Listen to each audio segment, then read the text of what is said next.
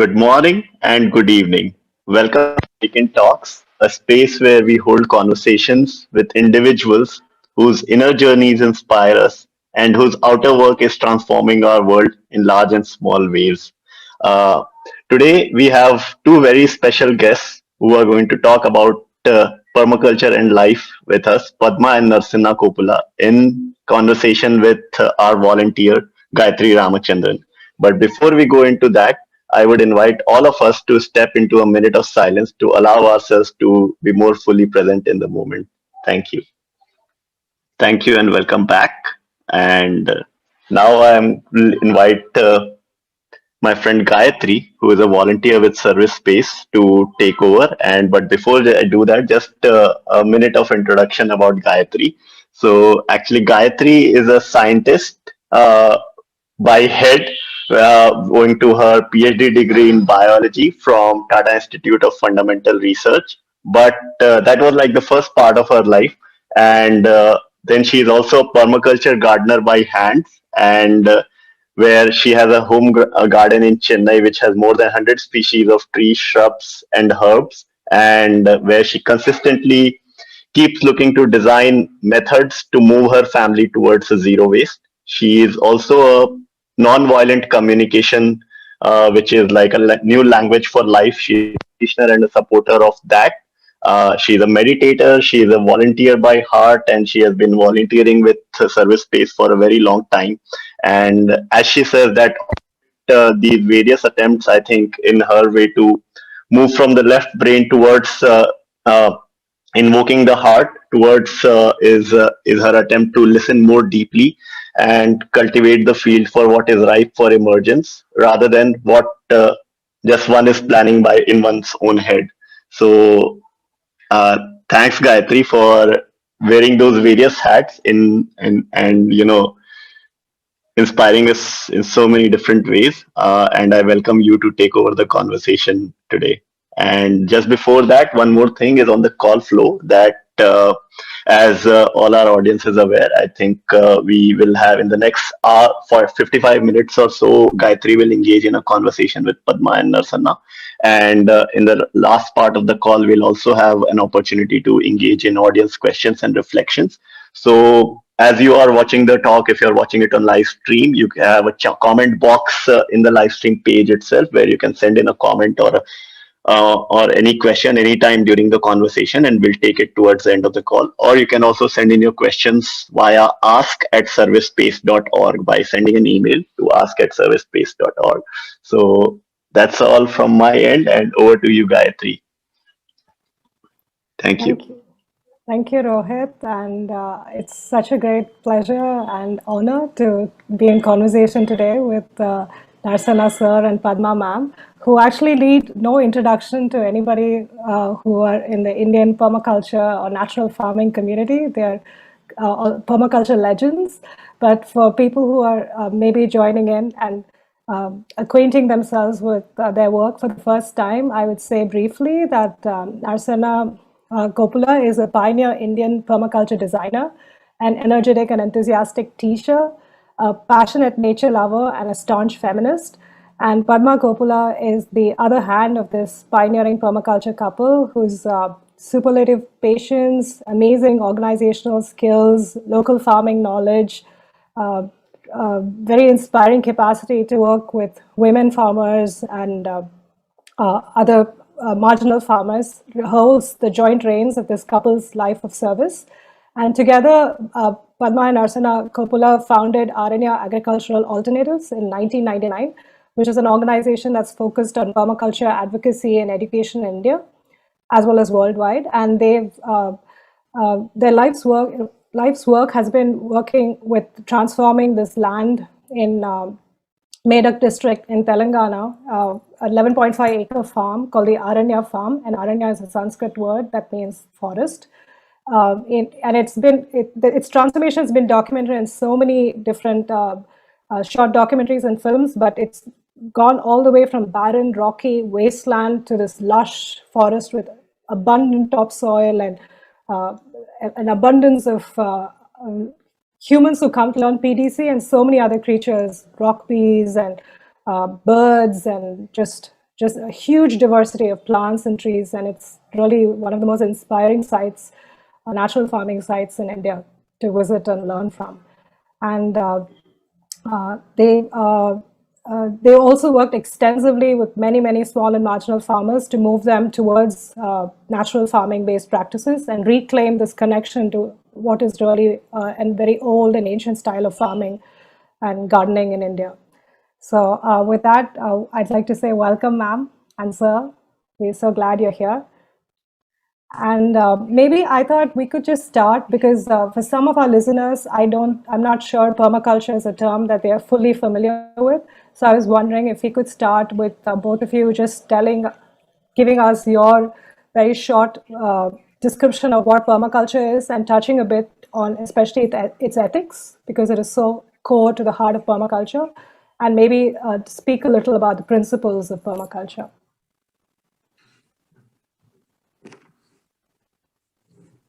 Yeah, this is Nasana Kopula, as Gayatri introduced, and I don't know how much is what she introduced about me, but I didn't realize that many things I'm keep doing. I'm not sure, but that's what might be I'm doing also. I don't know. I'm a person who thinks about the nature and the environment and people and poverty and the access to resources. That kind of person I am. I think the permaculture word itself very new, but the ethics still it is in Indian context. I think the very important to look at as for Indians, permaculture word is maybe new, but not the permanent culture we have it. That's what I put it in a very simple and very nutshell. So permaculture is a design science, but designing what? There's only just simple if you understand the designing of not forms actually, but they do it in different manner also. But I think the designing our mindset, designing our culture, designing our home, designing our profession, designing our language, design our attitude, approach. I think everything is a design is required.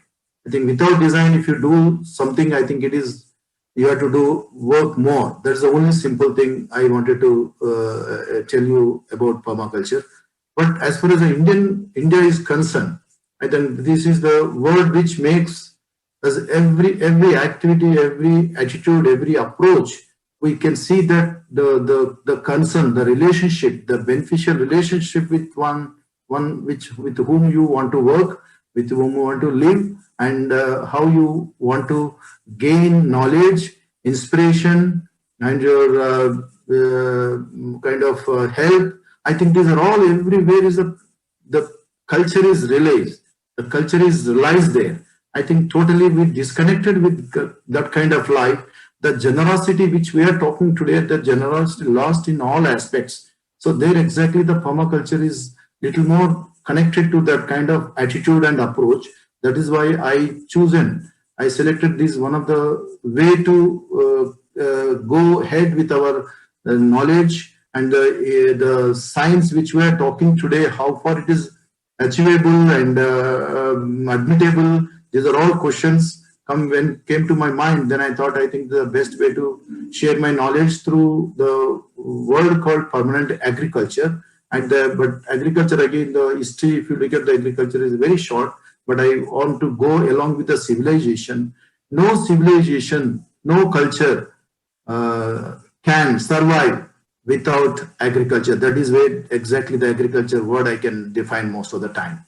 I think this agriculture, as today we made it little more different what we understood by agriculture. I think there is a green culture was there that little bit worrying me to how we take this agriculture forward with understanding a little about Indian agriculture at the same time Indian culture and ethics. That ethics is I think guided me to take into a different layer of looking at things how we can make it best with the marginal small and marginal farmers where we can give a good culture of agriculture, not the agriculture as such. I think that culture we lost there where we can come together, we can work. I think we understand each other and what are the things which we are talking, not by talking, I think in practice, the permaculture is a practice, is a practical way of looking at the things and in another alternative way of life, not just as a system. It is not just a thing which you need to follow and just forget. Is a we make any system, you have to make it a way of life. Then only you understand the whole cycle, the system, how is working. I think where we can influence, where we can get things to better, much better, what we are presently doing. So that kind of permaculture we are talking. I think the word may be new, but for us Indians, I think is not a new. I think I have a lot of. If you look at my notes, I always repeat some of the systems. So the permaculture is a design system, contains nothing new. It arranges what was always there in a different way, so that it works to conserve energy, generate more energy than it consumes. Simple. I think it is, if you make it what today we are doing with agriculture, is everything is energy consumption. The consuming energy, I think you are doing 10 units of energy you are spending to get 1 unit of energy. I think where does it come from? The energy, where does it come from, the issue. If you think about energy, you whole cycle, definitely you will look at the cycle of energy. How does it possible to get minimized? I think what is today we are depleting the resources. I think that resources are very, very precious. We are not supposed to do that. We have to hand over that resources to in better shape to the next generation. So that's where exactly permaculture deals. I think at the same time, the ancient, that way it is nothing new except for the word permaculture. It is based on the careful observation of natural ecosystems, the forces acting in the natural world, and the wisdom of traditional agricultural practices. So ancient thought and wisdom and indigenous systems of knowledge were in harmony with nature. All thought, behavior and practices flowed from the observation of nature and in harmony with the laws operating in and governing the natural world. The idea of human being over and above the natural world was alien to thought and wisdom, especially of the Orient. This is perhaps history. But if you look at real world, what is happening today, I think you never thought of what this kind of turn will take into our minds of people today. Is everything is just culture is removed by the business. I think it's a issue of not only just business, not only just about the doing agriculture. I think we have to stick to our morals and ethics and the respect and more tradition and a lot of wisdom we had, where how we can bring back them not possible, but we can work with them. That is a simple message I wanted to give through this webinar to all the people. I think the great knowledge, you already have a lot of exposure to different fields and what small change we can make, and forget about the world. I think change, the small change in yourself, and then you think about your family, then you think about your neighbors, then you think about your village. I think the steps are very, very small, but very, very important. So where we can make the change, you look for that, where the lacuna is there, that gap. If you find anything, what is the changes are possible. If you act very consciously, I think definitely you are possible to do some change. For that change, I am looking for this through this kind of webinars. That's what I started my journey in permaculture since last 35 years. Mm-hmm. Yeah. Thank you so much, sir. Padma ma'am, maybe you could just quickly describe a little about the ethics. Permaculture, it's like ethical based. Like the ethics are so beautifully designed. Like care of earth. Care of earth is like all the life forms on the planet Earth. If they are safe, if they are happy, so people will be taken care of. So the people care will come, speaks about the second ethic. If all life forms are happy, whatever the needs of the people, like material and non-material things, like even fresh air, fresh food, nutritious food, you will get from that planet Earth. So that's what we have to interact between the life forms on the planet Earth. Then you will meet your needs. Then everything is safe, and fair share will happen. The fair share comes from whatever the resources which we have on the planet Earth. All lives, they have to share whatever they need. So, and also like it's like permaculture talks about the future shares also. Now the present generation, if entire thing exhausts the resources, what about your future generation? Now there is a time has come up to speak about now the my next gen. I don't need to give the big properties and big assets. Now we have to think about how I have to give my next generation fresh air, nutritious food, and good health. These we have to talk about now. So unless there is a time has come, now every human being on the planet Earth need to respond to do their share of the action towards the nature, because the care of earth, like whatever the actions which we did so far, maybe knowingly, unknowingly, the damage has done. So to speedy recovery, or if you do like the situation is like that, if a patient is in ICU, if you treat them, they will recover soon maybe. If you are not treating, it may die. So that's what every human being on the planet Earth need to respond by planting a trees. That's where like if the plant kingdom is there, all the animal kingdom, birds, human beings, everybody will happy on the planet Earth. So whatever we need also, we are happily, we can decide. We don't need to be so stressful. That the ethical base, if you understand properly, if you follow in our life system, we don't need to feel anything. We don't need to worry about anything about it. So that's what I feel about the ethics of the permaculture. So one of the questions I want to ask is, Narsana sir talked about also start with yourself, start with your first connection to nature. So because we in this series of conversations would try to look at people's life journeys to find sources of inspiration, I was curious, when was your first point of connection for both of you in childhood or young adulthood maybe, where you first formed this connection with, soil as sacred and this sense of nature connection, this deeper connection? Did you come from natural farming backgrounds, and maybe do you have a memory of that first moment when you felt that connection? Could you tell us something about that? I think I've seen there are a lot of memories. I think not memories doesn't come true sometimes, but I had some. Still, I remember few things.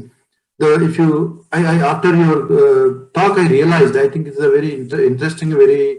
I myself I got surprised after hearing to you about that question. I think I am from Adilabad. Actually, very how I am connected to this greenery and plant. I am not a botany student. I am totally the history and the political science person. Then I did my philosophy and law, nothing to do with agriculture. But my connection, my intuition, almost I brought up in, born and brought up in a very lush green jungle, Adilabad district, where I am from, hails from. I think that is the, I think unconsciously why I am so attracted to this kind of green revolution, not the present green revolution. The green culture started in the Adilabad itself. So also we were from the tribals living with the forest. I was from the same area. I was with the forest, but I didn't realize, I think this is much of important of greenery on this planet Earth, and for people, everybody need this kind of greenery. When I came out from the greenery and forest, I realized how important it is. I think then I thought it's a very easy to talk about this greenery, and it's easy for me to convince people to how to grow the green. So that is the one connection. And the soil, when I didn't know much about the green revolution and pesticides and fertilizers. But the soil, when I am from Adilabad, the soil was so rich and it was smell is so beautiful and very tasty. I was used to smell it, but never ate. I think I tried one day I tried to eat it also, but I didn't know about different kind of soil. I would have known, I would have differentiate this soil and that soil. But I was from the forest area. There is the only soil I know, very rich. Which are poor, when I know I will compare. There's no comparison at all. When I came out of the forest, then I realized, okay, this is a living soil, that a dead soil or not rich soil. It's a poor soil. That's how my comparison started. I think when my father, when I was, background is my agriculture family, my father used to do, there is no chemical or any, agriculture is only one. There's no chemical, organic, that kind of classification category was not there. But slowly, when my father was growing crops, so I was helping them, but I not looked at what he was doing. So just one day I thought he was growing in one patch of land, piece of land is a paddy. So he was transporting all the manure to one piece of land. But other land is not very caring at all. I think it is totally, he was having a different variety, and this where we are using the land for our own consumption is a different land. He was transporting all the manure to that land, rest of the land is not transported anything. So then I realized, I think this whatever you eat, you use that land is very ethically, and you use all the organic manures and your cow dung and farmyard manure, anything. What is that? I think differentiated me. Then I realized, I think, what is this? If you eat good food, and those you want to sell the rice to market, you wanted to grow it differently. What is this? Then I didn't understand. Then I realized, I think this is where exactly the soil fertility is going down. A piece of land, he wanted to put that land under more fertile so that he will get the good food, and he wanted to keep our own my family, my people. I think the safe with giving a good food. I think that is how I realized most of the questions when you pose some of these questions. I think it's very, very important. Still, I remember even in my area, in my village, the many people do this practice. Now this is already gone, but just I'm correlating what I was doing and what my father used to tell that, and how he's practicing. I think the green culture and the soil and the fertility and poor or rich, and the social structure also I started comparing. The social structure also in the soils, when it's a poor or rich, I think it is applies to social structure also. There are poor people and rich people. Rich people belongs to owning the rich lands, and the poor people are owning the poor soils. I think we have to do a lot of work. I think exactly there I wanted to hit the ball into the court of poor people lands. That is our social responsibility to heal those soils by applying some of these permaculture techniques, and definitely we can use a lot of biomass, lot of manure plants, nitrogen fixers, and farmyard manure, compost, whatnot. I think this is one of the challenging lands to do. I think definitely we can prove it is possible through getting the soil back to what we were doing earlier. For me, like, I came from the agriculture family. My family is like full of like so many varieties of crop they used to grow, like rice and sugarcane, groundnut, sesame, all vegetables. And this kind of crops, when they are growing, like after the crop harvesting, there are many people used to come. Like Dobby will come and he will take his portion of it, and the working persons from other community will come, they will take their portion of it, and the watering fellow will come and he will take his portion of it. Like my responsibility is like every day morning get up by 4 o'clock, and whatever my mom gives the milk and selling the milk, that is like cash portion to get every 10 days. Like that's how my family runs. Like we are the 4 sisters, all 4 sisters needs will be met by the only dairy. And the agriculture systems is the food security. Like my mom taught me, like whoever comes to your home, just feed them. So like we have food is abundance in my home. Always we used to give them, like we are in the so richness of the food. And at the same time, one day I went to my aunt's home, and we have a 20 acres of the land. My aunt has only 2 acres of the land. So when we went there, what she said was, we have a 2 acres, we are rich enough. Though you have a 20 acres, you're not so rich in cash. Because like the way we wear the dresses, we are like when you do agriculture, how your homes are, so many stuff it will be filled, and it will not be nice. Then that is, even now I don't forget the words she mentioned. By the time they used to grow the cotton, so they used to sell the cotton, and they have a lot of money by that time. So they used to support us in several ways. And then within, like when I'm young, when I become a teenage and graduate, by the time their village has been, not many people are living in the same place. They migrated to different places. because the crops are not doing their so much of indebtedness. All these things are I could see with my eyes. So even that's where I realized that like how important it is. And also like another thing which I can share is in after I like started working in one of the organization like DFID project. There like there are many people working together. So always my colleagues are worrying about if the contract is over, what is next.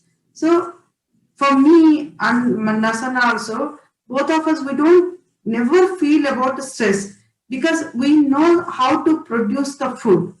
So when you know, if you have a piece of land, if you know how to produce the food, you don't need to worry about anything. You don't need to stress about anything about it.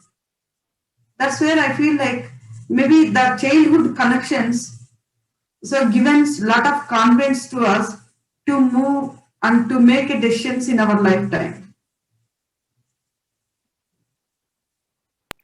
When you said that, so was this chemical farming that they were doing in your village during your childhood? Because the soil fertility was going down and they were switching to cotton and as over a period of time, or was it or natural farming? Like my childhood days, like it's not fully organic. Okay. Like in my home, hardly we find maybe 1 or 2 bags of chemical fertilizers. But so much of farmer manure and tank silt. So summer season when they comes like in the month of May and early June, so like entire biggest responsibility is to bullock carts and working transport the farmer manure because there is a big heaps are there. We have plenty of animals by that time. And also, especially the cropping system, if you see, there will be a lot of crop residues like layers and layers of the crop residues will be preserved as a fodder. It will be given as a fodder, and then the manure will be collected in the big bunches and transported with the like. It is also a ship system because we have a different land holdings. So this year, if you do the one land farmer manure application, next year another land, next year like phase wise they used to be. And also every summer there is a system of transporting of the tank silt. A tank silt application also will be there almost like every 3 years. And by that time it is also the effort. If you have a transport, like if you have bullock cart and the people around you, they whoever has a capacity, they used to transport that tank silt application. This is how the practices will be that time. And also like I have not seen the pesticides when I was in childhood. Maybe when I was in intermediate to graduation time, then I could see chemical fertilizers. And then cropping pattern has been changed. So the food crops shifting to cotton, peas, and then rice. The three become major crops like groundnut, sesame. All other crops has been like taken back step. So this is now like within that, like if you see the trend analysis, every 5 years, 10 years, if you review back, so there is a shift is happening in the cropping system. And also along with that, the practice is also changing in the cropping system. So this is how like things are changed slowly into the development mode. And also when I was young, in my childhood days, like the first rains comes, first plantation will be done only vegetable seeds. So like whatever the seeds, vegetable seeds which I have, first I'll plant it, we'll plant it, and then whatever the seed excess is there, so my responsibility is to go and ask others, I'll give these seeds, do you have any other seeds, like do you have bitter gourd seeds, do you have any other seeds? Like that we used to get and share the seeds. That system is like nowadays I cannot see anything like that. It's like everything is marketed and hybrid and those things has been taken over. We change in cropping systems, change in practices, change in food habits has been changed many things. And meanwhile, like when after I got married when I was 30 years old, the like diabetes started in my village. Mm. So like one by one, it's like now I think it's like taken over, diabetic taken over. Like these kinds of things, like even now I can see in my village, I can found a 10 cancer patients. I think 50% of the diabetic patients. So the going to the hospitals every day, I can see in my own village, because the mindset, it has been taken for the money. If Yeah. people can think that we can do everything. Like I can just give the one of the example in last week when I went to my niece home. Her aunt is suffering with the cancer. Like so when you are spending money for the food, when you are want to buy the good food, like if it is expensive, we are just worry about we don't spend money or we don't grow for ourselves. When you has a cancer, you are ready to spend 10 lakh rupees. Like these things, it's all in our mindset. And also I'll just give the one of the example, like when my mother was living with me for some days, like few months, and then she saw me how I'm growing vegetables in my backyard, and the kind of taste and other things, like she used to make diversified food within the vegetables available at the home. After she gone back to my home, she started growing her vegetables in her backyard.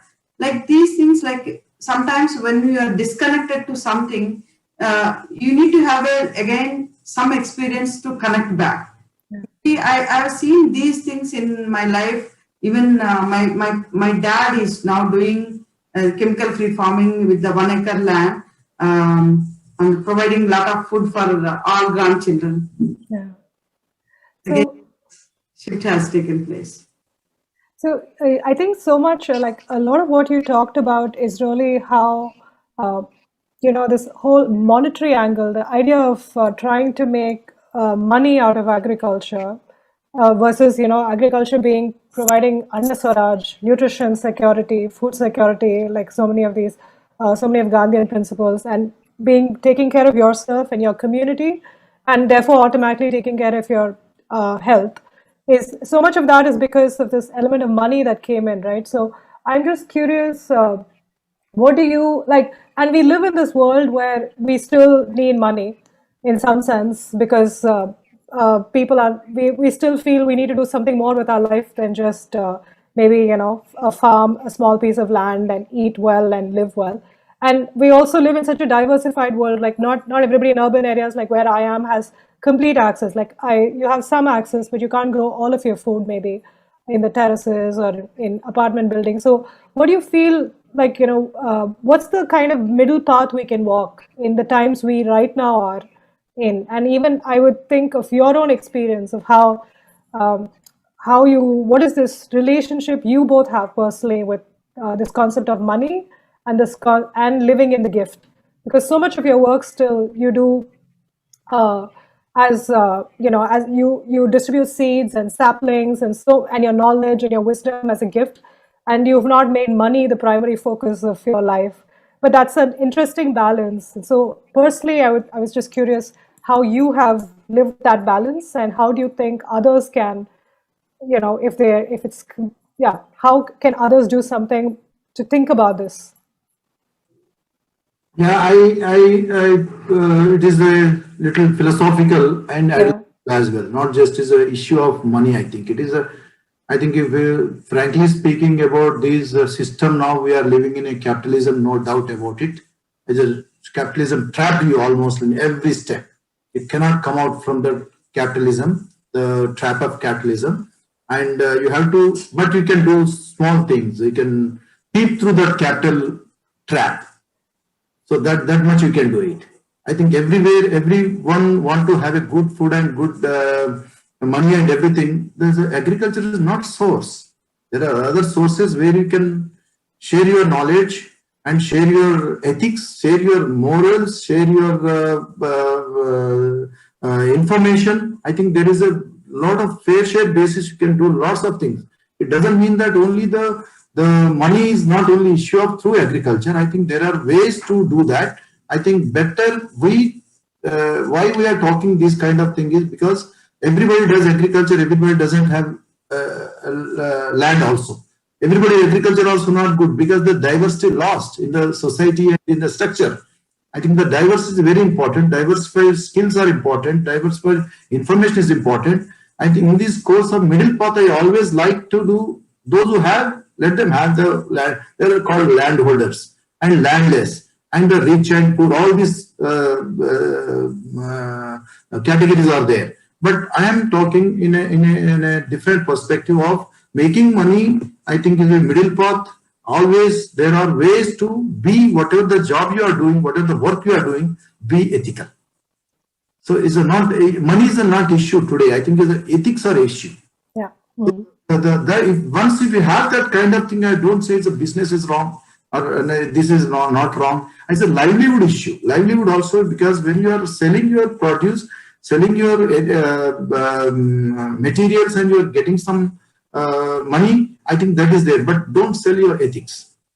Based on the ethics, I think the people, those who have not access to the resources, our main job to make the resources, access them to make them access to the resources. Resources could be natural resources. Natural resource could be your land. Resource could be your information, your skills. I think we are holding them. I think that holding in our entire life system, I think that if you look at everywhere, we are holding all the resources with us. We are trying to dominate or piracy, or we wanted to dictate, or we want to make a money out of it. I think that kind of culture does not fit into our ethics. I think that just I wanted to make little differentiate. Even in my entire my life, even when I was in a movement, even when my little more revolutionary, even where I was come from, I think there also the land, the soil, the forest, the animals, how we were living together in the forest, in the outside also. But when you come to open, I think everything got changed because the culture has been got changed. I think how you stick to that culture. I think what are the way of. I think I'm not saying everybody need not to be share everything, but share also there is a profit. Profit you can make a lot of very good business out of your ethical business as well. I think agriculture is not only doing agriculture. You have to rearing animals also. One of the steps is there. Integration is possible. You can do your beekeeping. You can do your composting, nursery. A lot of things you can do it.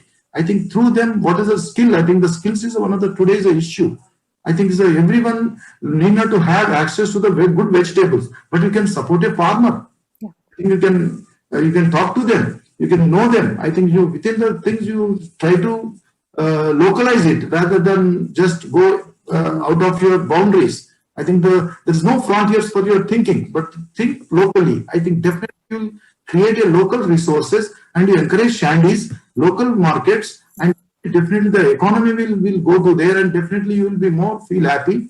And that kind of encouraging these kind of things are also indirectly you are helping. But the profits are 10 rupees are also profit, 1 rupee also profit. But there should be I am expecting 1 rupee profit. I am expecting 10 rupees profit. Somebody is expecting 1 rupee profit. But the gap, look at the gap, 8 rupees are huge. I think, but you have to satisfy somewhere. Ethical basis could be the 1 rupee, 2 rupees. I think you should feel happy. You have to limit yourself where I can do better job. I think that is the ethics you must have in any business to make money. Money, I'm not saying that money is not required. Money for your education and your studies and your marriages and house and all these things are there. But what kind of needs you have it?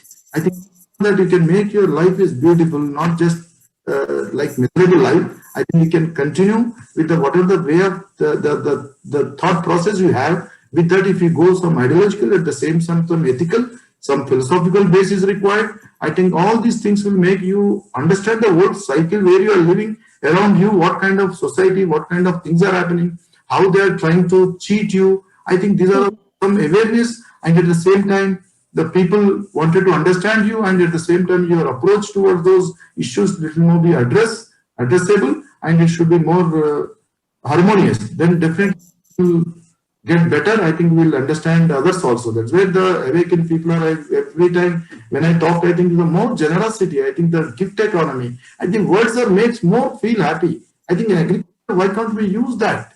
I think that is very, very important approach.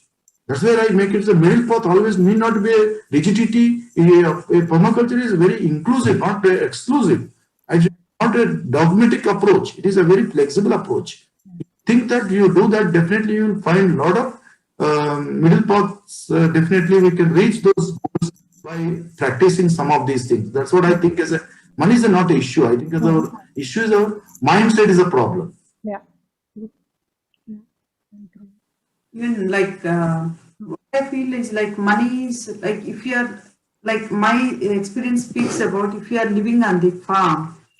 Okay, so if we have all the resources, like the production which is producing so much, like I can give the example of Aranya farm, like so much of abundance of production is coming. So until how you preserve it, because once it is abundance has come, how we have to eat for the entire year, how we can preserve it, how we can consume for the entire year.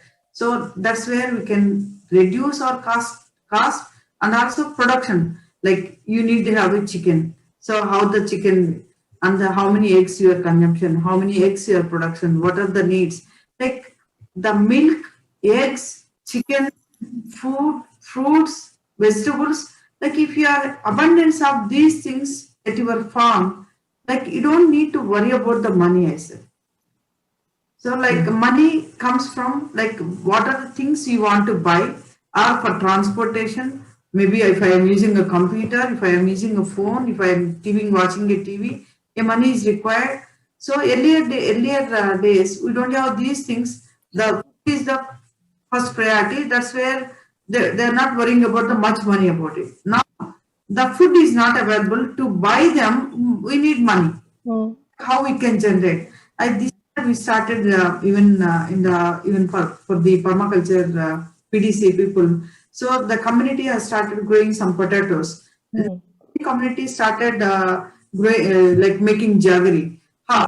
Based on the requirement of exchanging the value they provided for the potatoes and the value they given the jaggery, they exchanged it. So the eggs which we have, we are giving for the seed. So like each festival, if the abundance is there, I can give as a gift. This is the seed which I am giving as one chicken to you. You have to give two chickens to me, not to me. So you give two chickens to within the same community.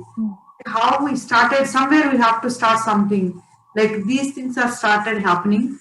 Then the cost of living, if you see, if you live on the farm, you don't need much demand for the money.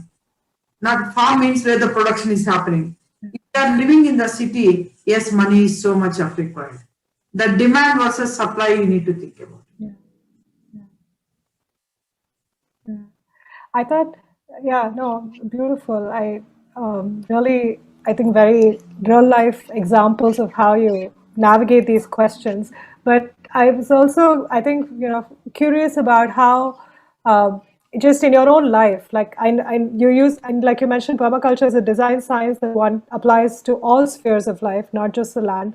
But in your own life, and as a couple, as you've both worked in this field and worked with farmers, I was wondering if you could tell us how you've used permaculture design principles to just look at more harmony and more optimization of energy flow in your daily activities. How you go about your just division of. Yeah, I think there's some technical glitch on Gayatri's side.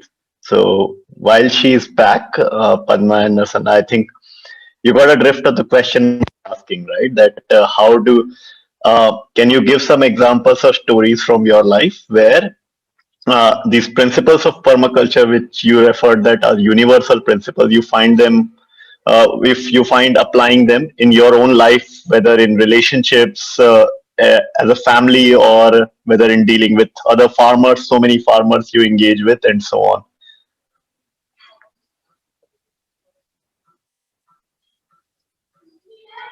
You're on mute, so just you'll have to unmute yourself before you speak. Yes. The sharing of the responsibilities, I feel that is like very important. Sharing like at Aranya level, working with the farmers and communities at home. Like we divided into like this. So I took the management responsibility of the different angles. So Narsana has taken the responsibility, not responsibility, like his passion and his interest and his involvement. So he has taken more, like his life has taken it completely dedicated to the permaculture. Not only permaculture, like any nature. So he is the he'll be there always.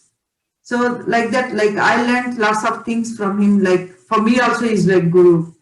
Like I learned lot of things. Like I did the PDC with him.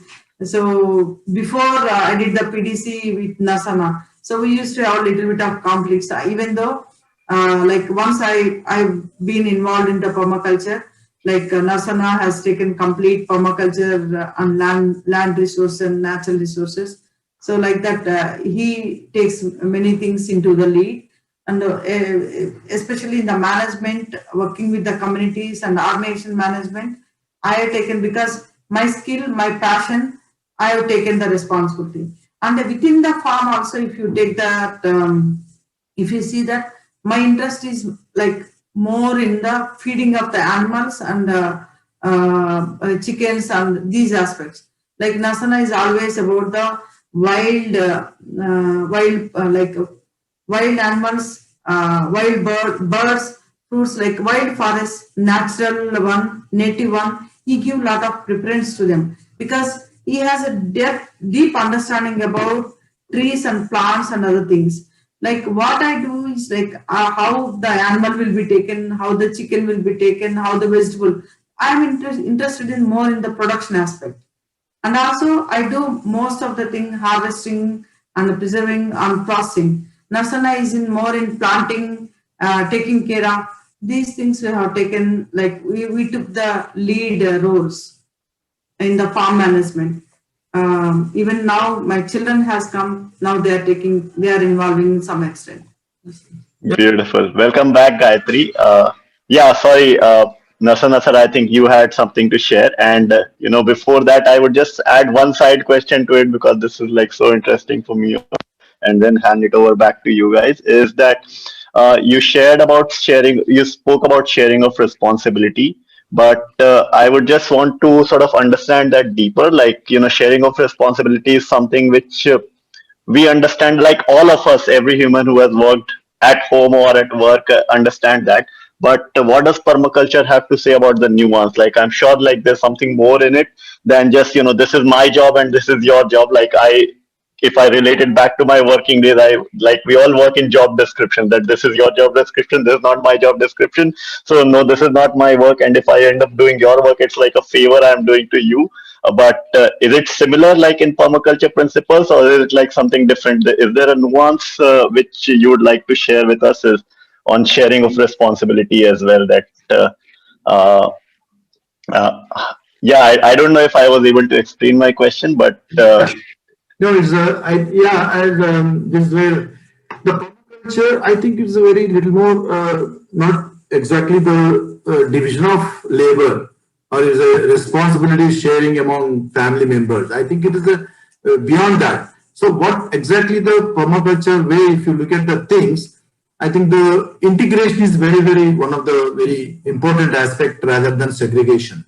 I think they're not segregating the things, but the community level and the production level and the family level and the society level, I think we try to integrate the information, the cultures, the skills, and looking at their abilities and how best we can integrate with them to understand the whole cycle of these lives and the life chain almost, or how it is possible to work with them in every way, wherever is used to go. I think first the observation is the one of the key. So that's where I never used to talk much. But in some of the areas I went, and most of the time I use very not very liked by many people. But even in Padma's case, I used to say most of the time, fortunately, unfortunately, she is my wife. But it doesn't mean that how I think she may not think. So this is all the naturally things will happen, but doesn't mean that follower. We will not have followers. You have to use your observation. What is happening in the nature? Is it because we got married? Just because of that, you need not to change your attitude towards the things. I think that's not a natural. It's unnatural. I think that's where exactly the things which you observe, the things. I think when I go to a farmer, I never talk to him. I think how these principles and ethics are very important to observe a thing, and then you listen to them. If you conclude come to a conclusion, I think need not to even open. I think you have to read more. I think you're going to a farmer, I think is the soil is good or bad, or what you are growing, this kind of questions, I think is not right. He's not is a medical doctor to just check and this is what your deficiency and this is pH levels are low. I think you have used this medicine and giving just prescription does not work. I think the nature is so great in your human attitudes, and the natural way how you college these two things is very, very difficult. When I go to a farmer, I'll ask him, I think I never get into an argument. I never get into a controversial thing. I think the controversial is, what is the controversial things? I think the farmer does not like to get into the chemical or non-chemical, chemical-free farming. But I never address those issues. I will talk about other than issues. There are 100 things are there which are non-controversial.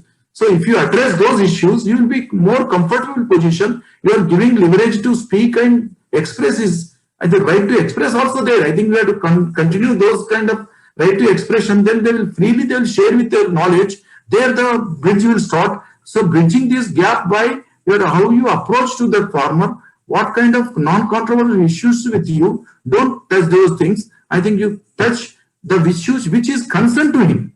I think how you understand this, there is no book for it, but you can learn by understanding the farmers' issues. Or when I go to the women, I think the problems are different. Problems are there. If you address only the agriculture, they don't ready to listen because there are 100 other issues are there. I think these kind of things, when you talk to them, very, very important to understand their whole cycle of their life cycle, not only agriculture. If you talk about agriculture, I think what about the children education, what about the children schooling and the animals and their environment and their food and how much their family they are facing the health issues. I think this whole cycle of things are important. Then ultimately you can touch upon what kind of food you are eating, where you are going, maybe come later. But how many people are today, we are working with the agriculture families. I think most of our Indian context, many farmers are average landholding is 2.3 acres, and moreover is 60% of lands are landless. I think these landless people, how you address them, these are all just, you look at in a same cycle, I think is not possible. We have to look at in a different level, different kind of things is possible, where we can work with them. I think that kind of approach I had in the beginning, I think slowly I got changed I went to tribal area. Tribal area I think is very interesting. The tribal area, I don't know the Gond, though I am from tribal area, but I don't know the Gond language. But I want to work with it. But work with them. I think whether I want to work with them, they wanted me. That is the issue. How you establish this relationship.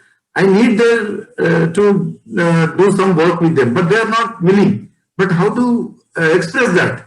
So then several times I keep moving them and I approach them and talking to different issues, not agriculture issue or not planting or nothing. Just general topic. I was talking to them, what is happening in their villages, what are the roads, how you approach it, when do you go to the hospital, the general things I was keep talking. So slowly the rapport built.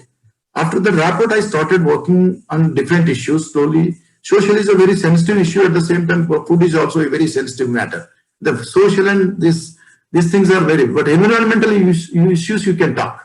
That is a middle path I choose, and I talked about that forest and what are the firewood and everything, that kind of thing. Slowly I got into them, I think, but I could not express. I wanted to teach several things, but I could not talk in their language. So one day I wanted to train them. I wanted to teach them how to plant a tree, but they are living in the forest.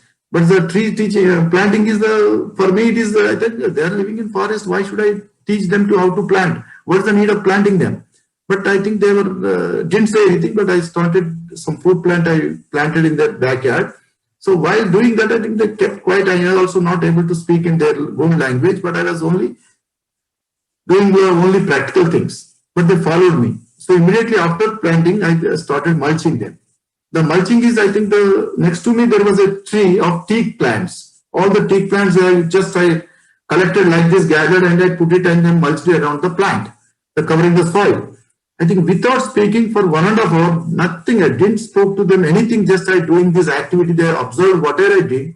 I think after 1 week I went there. By the time they mulched all with the teak leaves, how I did it, they also followed the same thing. I think then I got understood. I think language is not at all barrier to work with the communities like this. I think it should not become a barrier. So if the language is a barrier, I think you will be in trouble. That's the reason just I think practice is important. Then I think permaculture, then I realized, I think not talking, I think is a practice, and practical is very important to communicate, work with this kind of communities, very easy. I think that is some of the principles that I'm trying to understand myself by observation, by looking at them and their attitude and how I can teach them. These are all a lot of natural things are possible to go with them, and teaching these kind of things I was practicing. Then I understood, I think, not talk much.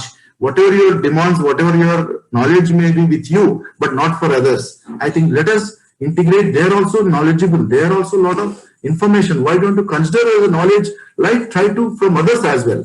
You go as a student, you learn. If you go as a teacher, you cannot learn that kind of thing. So the integration and the observation and some of these are one of the basic, very fundamental. And then I started interacting with all these principles where I was trying to implement them. I think conservation is one of my foundation of my permaculture journey. I looked at everything is not a production side, only conservation side. If you do 1% conserve and 100% people produce, I think that is where the relationship starts. Everybody look for the production side. I think it does not as a result you will be almost only loss or some damage will happen.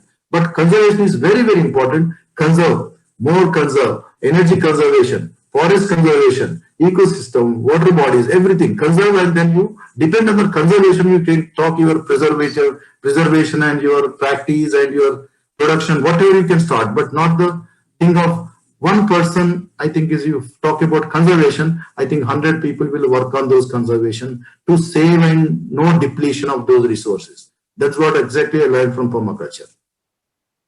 And also, like what Nasanna said was like, whatever the things which we start in our life, always it will be a small one.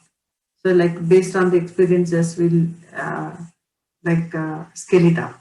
So always we follow that principle in our life system, always small with the start, and also integration, like several things, how we can integrate and how energy efficient. So these principles we apply in our life also, in the farming systems at the community level, when we are working with the farmers and tribals. So wherever the like professional way also we apply these principles, like it's like it has given great results to us. So that's where the journey has given me very smooth running, and also very positive response from everyone. Yeah, even in my daily life, I was respond to change actually, but not the accepting feedback is little difficult. I'm a little arrogant in many things, but how you can combine this respond to change? But I'm very that already instinct. It is all my by birth. It may be there. I think I will very respond very spontaneity. It is with me. But the feedback was little contradicting every time. How should I accept the feedback? So this is I could not solve many times, but I failed also. But I think it's maybe it's some accidentally might have happened several times, but I'm not sure how it does works. But I think it's a very, very the creativity and the no waste and all this what we talk. Somewhere it is reflects, it expresses, but we never we cannot see the direct principle applied to our even our own. In my children, even my children never asked what you are studying. Even though I think which country she was studying, I never even asked. I don't want to remember that country also where she was living. And then I asked how many marks you got it. I never used to ask. I think that self-regulation is not there with themselves. How do you work with the people? Maybe their same dialogue I will use to say. Fortunately, unfortunately, they are my children, but not the children. I think they're adults and they know many things. I think how can you treat them as how can you limit their knowledge? I think this is where exactly the life also very smooth life unnecessarily will make it very complicated. I think you leave them, I think they're the best people, best citizens of India or country or world, whatever it is. So how this nature is so great is a society. When you come to the nature to society, societal issues are many. I think we see they are also among in the society. They are not separate just because of Narsana children, permaculture teacher children. They should be separate. No, it is an integration. They were living with the society. So how you look at them as your children or your like other people like those who are living in the society. So Yeah. personal level, at the community level, at the national level, how you step to go that level to understand the whole cycle of this nature is important rather than just looking at an element. It's a system thinking. Thank you so much for that, sir and ma'am. And one of the things that's always been very inspiring for me is how you've always lived this ethic of first making the connection. So first, in some ways, leading with people care, like you said, build the rapport, make the connections, and then even if you have this very urgent activist agenda of earth care and wanting to really conserve resources and do something, you start always with making the connections with people, and then like you said, let your actions speak. Lead with more actions and lead from a place of equal power dynamic, in the sense of always accepting that even others have something to teach you, even if right now maybe they're doing chemical farming and it feels like you want to switch that, but you still always in your mind at least assume constantly, not assume, like try and live into that principle at least, that everybody has some knowledge to share and wisdom shared. I just want to remind our listeners that if you have any questions for sir and ma'am, you could either put it on the chat tab in the live stream page, or you can send us an email at ask@servicespace.org. So ask@servicespace.org. We've already got some questions, and I thought I would ask one because it ties in a bit with what Sir was talking about, which was parenting. So this question is from Brinda in California. And she says, I appreciate what you said about the importance of people sharing their resources in whatever form those resources are, whether it's knowledge, etc. And can you give an example of how one could use these principles of permaculture in human relationships, for example, in parenting? So I thought it was connected a bit with what you were already speaking to, which is that, which also a lot of people in this whole unlearning journey, people who engage in what is called deschooling or unlearning, talk about, which is children have their own knowledge and their wisdom, and they know how to engage and find it, and we don't need to be the ones teaching them, maybe whether as parents or schools. But yeah, maybe a personal example or something of how some permaculture design principle has helped you in parenting.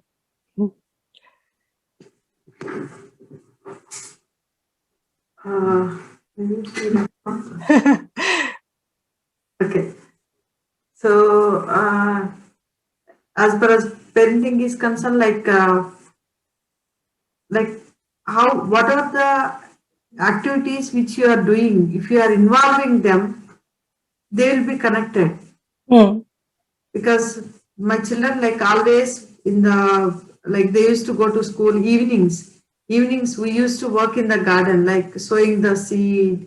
And like my son especially, when your pomegranate leaves, when you're like something is happening to your body, like in the area something is happening, he said, "Mommy, come, you give me the pomegranate leaf, crushed leaf paste, you give me that, or fenugreek, you give me that." Like involving children in each and every activity, you don't need to teach special things. That's where I feel like sowing of the seed. After they eat the fruit, they'll take out the seed and preserve it, and sun-dry it and keep it in the bottle. So when they're childhood days itself, so they are involved into these kinds of things. And also like whatever the sharing the seeds, if they have seeds, like offering to the seeds, sharing of the things to others. So once they are into these kinds of things in your family, it will be in your life, part of your life. Yeah, coming to that is very interesting. I think the parenting is, I think again, that is you have to read the book of When to Born. Okay, I think it's a very nice book. Everybody can follow that. I think the parenting is again, this is a little more dictating their terms as well. I think that's where exactly I learned from nature. I think that's where the superiority, the humans we thought is a very superior. Mm. So that's why we damaged everything and ruined everything. I think same principle if you apply to your family and your children, I think is one of the best learning. I think these are space you give them. They are the very good learners. I think they are creators. I think that opportunity we have never given them. I think that's why they think always, I think if I do this, what they do think. I think that kind of space don't give. I think that's where the nurture learn this taught so many things. I think the superiority, they all are there and the society is there and all life forms are there. And these life forms, we have to multiply them. Multiplication is required in this system where you have to keep them. I think you have to work with the living beings, living things. I think that will multiply. No dead material, dead thing will give a birth to another birth.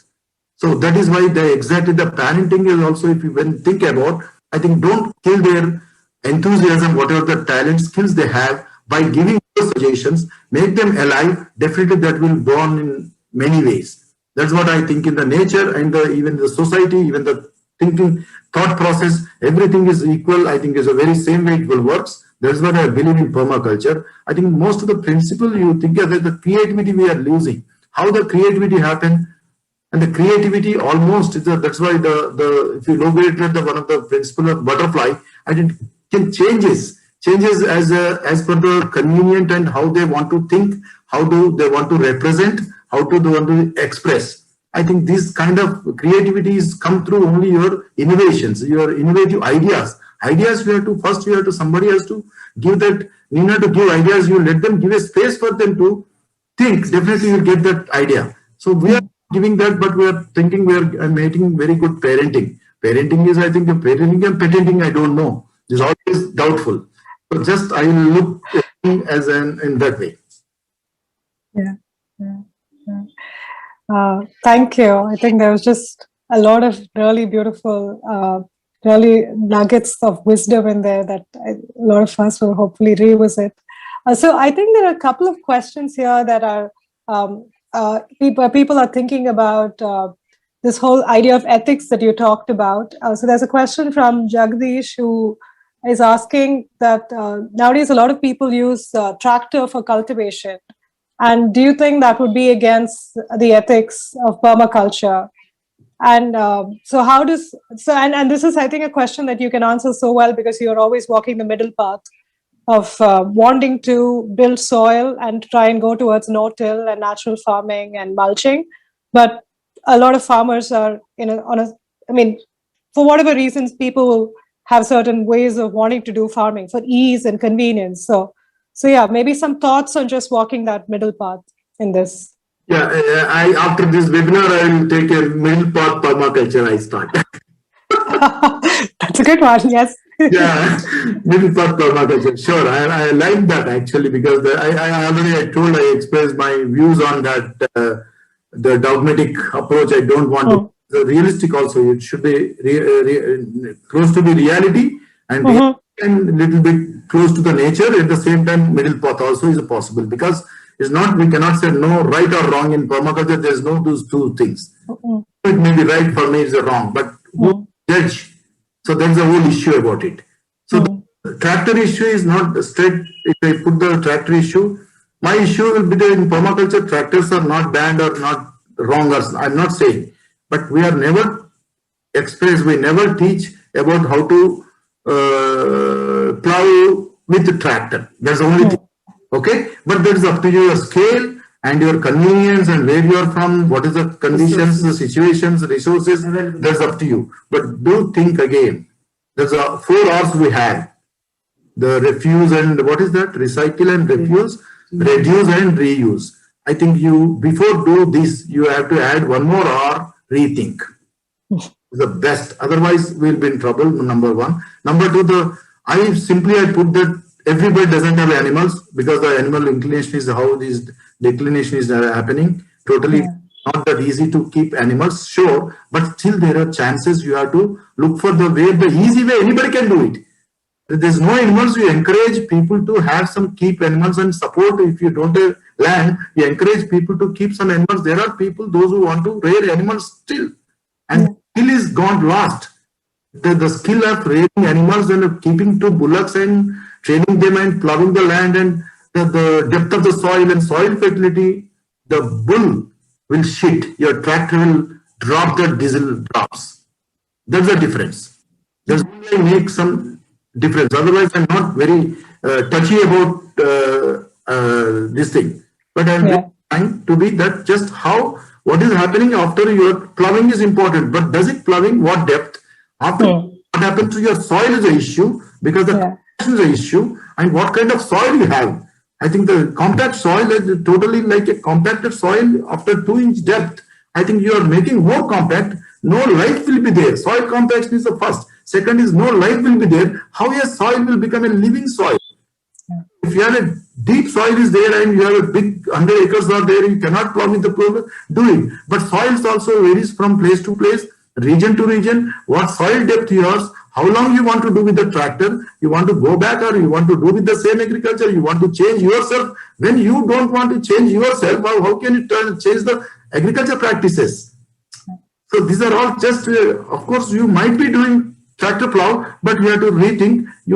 There is a slow and small solutions are possible. There's a very good approach of one of the permaculture principle. You can see with which crop is done like this. Every crop you do with the compaction soil they don't like, and moreover life which is living in that, when you the living entity is important. I think that is where we are missing. I think I'm not anti to that, but I never do a big propaganda. You do go with tractor, but if somebody doing, I don't say no. Also, there's a chances, but you have to realize you have to keep always continuously keep thinking what is happening to your soil, what is happening to your microbes, your crop and health of the crop. Any wild habitat is happening there. What are the insects are coming?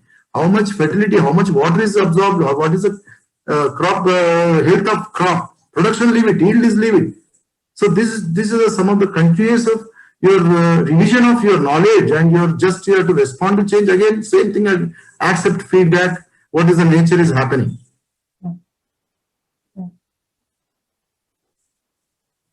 Ma'am, you want to add something?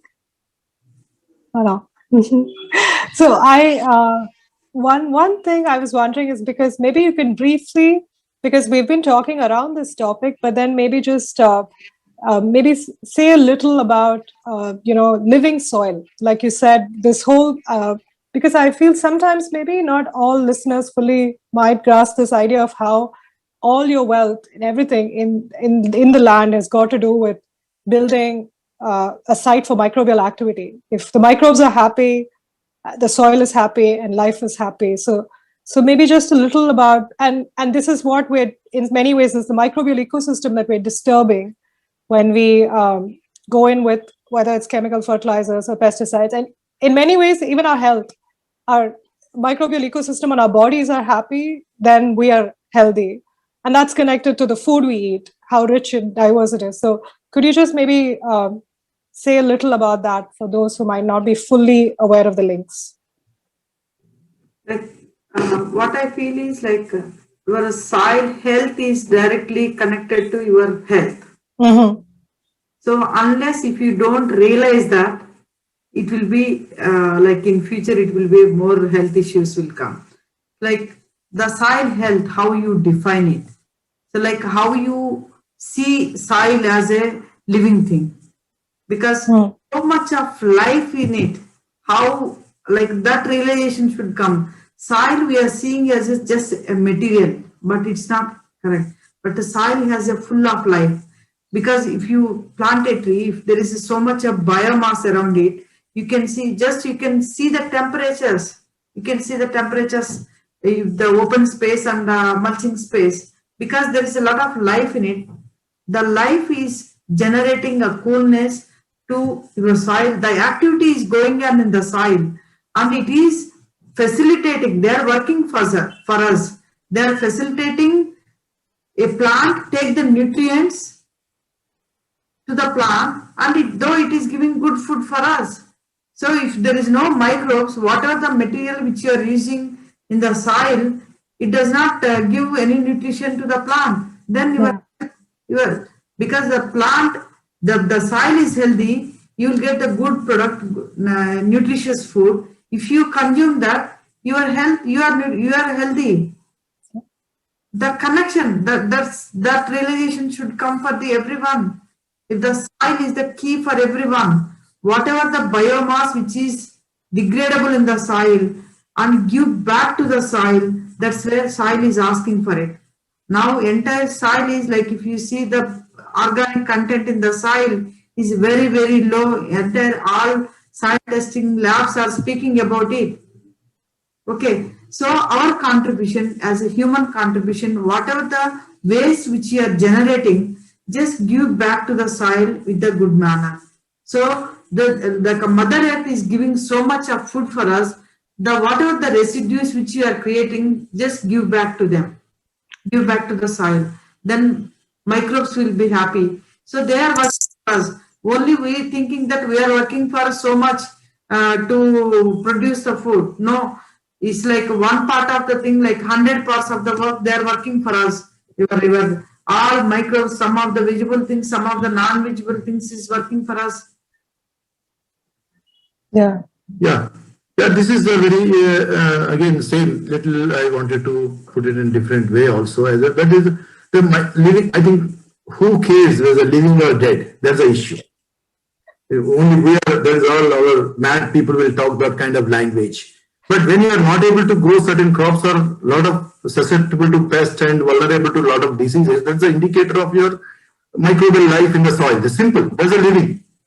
There's a less problems and in a form that is soil is taken care of. There's a balance in the nature. There is a less pest, less residues are there, not there. There's living soil. I cannot show every farmer taking a spoon of soil and billions of insects and microbes in the soil. Not like that. But it is a simple way to understand the soil. We have to keep soil is alive by adding some more what you are growing or what is next to you or what it is already produced. Because as far as the agriculture people are concerned, there's no agriculture and how to save the earth. I think there is also issue, not environment by planting trees. Also, you have to don't abuse the resources which you are using. Don't burn it. Don't throw everywhere. You systematically arrange in such a thing which can go back to the soil. Indirectly, you are helping the forming Mother Earth by burying them and keeping them. The more microbial multiplication is happening, they are our chefs and cooks.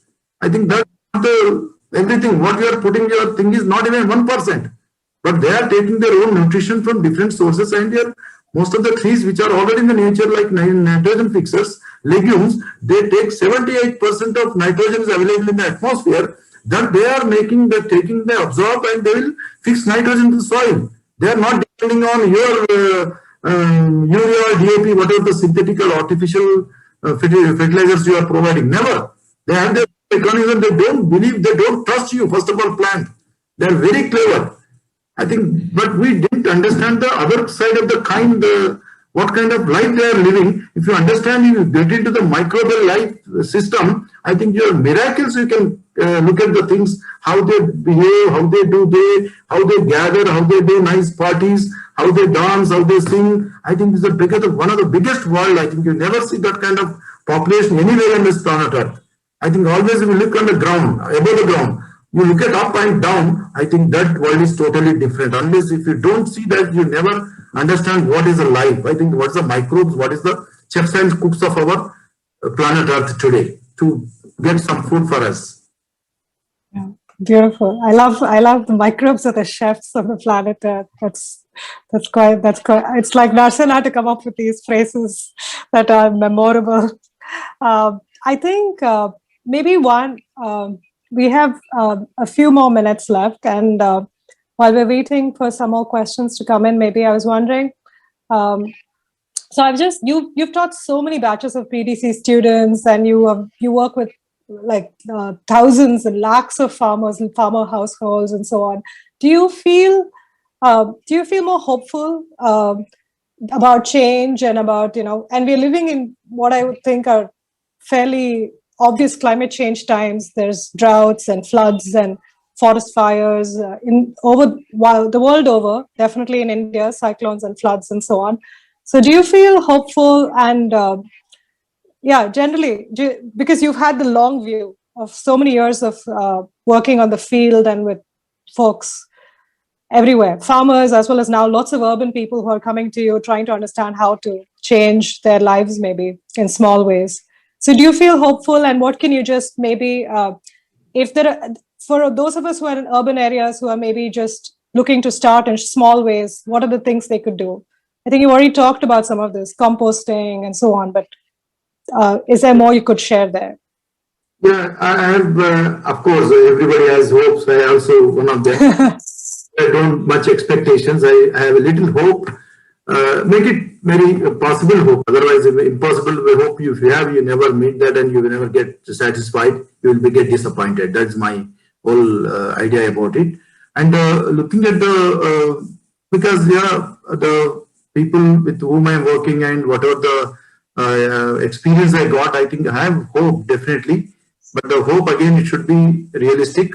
And I am not looking for big hope. I think let us redefine, rethink. You cannot change. I think climate change is the one of the big slogans given. Always I started calling them as a climate chaos is going on more than change. I don't know what exactly it is. I think just you think and you do your job. Don't think about only climate change. But we forget doing our jobs, and then we're thinking about climate change. It will become a chaos. So that one thing I wanted to say, and then you redefine, rethink about the things. Also, the sayings are there in the exactly in the Copenhagen climate change conference I attended in 2009, I think. So there's water is the biggest issue actually. So in that I didn't say much, but I started saying my talk started with this thing. There is a saying in our houses most of the time that when children will spending money like water. Why you are doing like that and you are spending entire money like water? I think I changed the slogan simply. So don't spend water like money. So that's where it is giving two meanings. One is we are living in a capitalism. Money is sufficient, but your health and your resources we are all to be mortgaged. Health is mortgaged in hospitals, and our resources are mortgaged to somebody, MNCs, corporates. I think how you look at these issues, I think is very, very important. And this message for urban people, I think you do what is happening with every single paisa you are seeing, where it is being spent.